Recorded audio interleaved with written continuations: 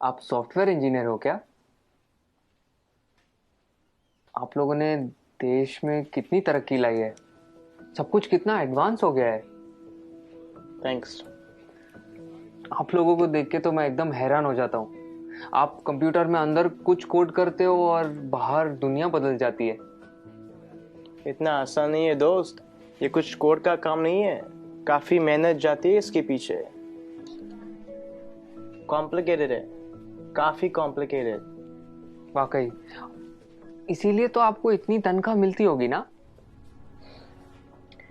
Why does everyone just sees the money in it? इसके पीछे की मेहनत कोई नहीं देखता। हम हिंदुस्तानियों की सोच ही छोटी है। जस्ट बिकॉज मैं पूरा दिन एसी ऑफिस में होता हूँ और ऑब्वियसली मुझे पसीना तो आता ही नहीं होगा, राइट? आप लोगों को ताकत यूज करनी होती है, हमें दिमाग लगाना होता है। ये बाल सफेद ऐसे ही नहीं होते। Let me give you an example. वो ईसीजी मशीन देखो, सब कुछ कंप्यूटराइज्ड है। आपके बॉडी में क्या क्या चल रहा है सब कंप्यूटर से निकाल सकते हैं। प्लेन की, ट्रेन की, लाखों रिजर्वेशन ऑनलाइन होती है। बैंक के ट्रांजैक्शन सब एक सिंगल डेटाबेस में। Data integrity, locking, data security.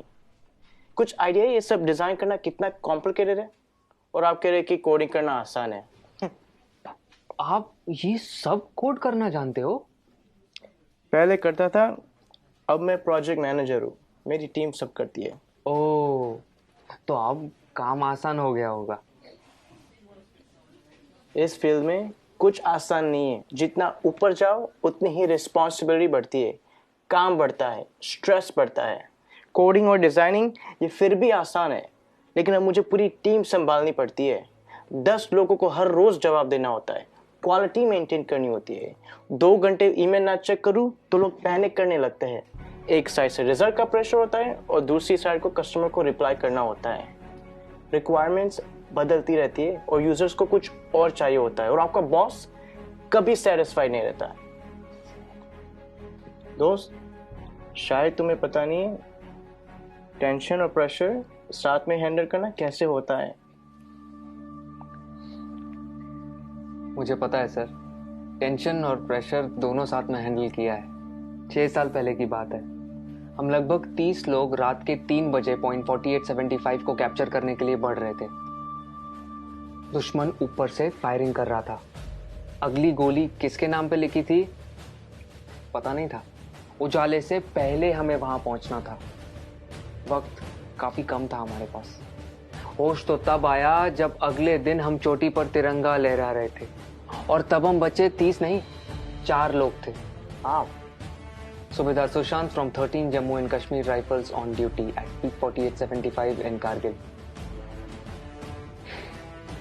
मुझे बताया गया है कि मेरी टर्म पूरी हो गई है और अब मुझे सॉफ्ट असाइनमेंट का ऑप्शन दिया जाएगा। पर आप ही बताइए सर, काम आसान करने के लिए कोई अपनी ड्यूटी छोड़ सकता है क्या?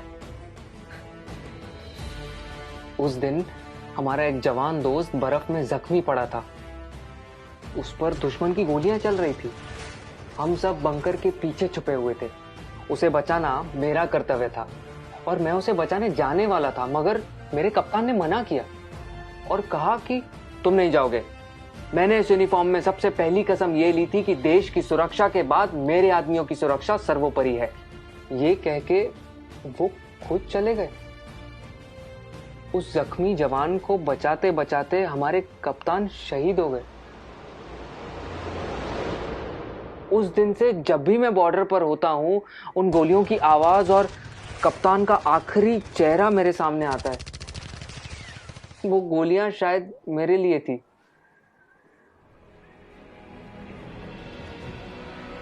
टेंशन और प्रेशर दोनों के साथ काम करना जानता हूं मैं। Sir, can you please go on? Yeah, sure. It was nice meeting you. Thank you for your service. जय हिंद। जय हिंद।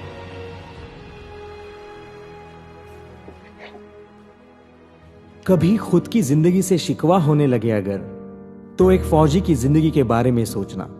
खुद की हर मुश्किल आसान लगेगी। जो खुद की सांसें दांव पर लगाकर पूरे देश की सांसें चलाते हैं। हर वक्त जान हथेली पर होती है फिर भी हमेशा मुस्कुराते रहते हैं, जिन्होंने डर को भी डराया है और देश के लिए जीना क्या होता है ये इन सरहद के पहरेदारों ने हमें सिखाया है। तो अगली बार जब कोई चुनौती तुमसे तुम्हारा सुख चैन छीनेगी तो एक फौजी की जिंदगी के बारे में जरूर सोचना। खुद की हर मुश्किल आसान लगेगी।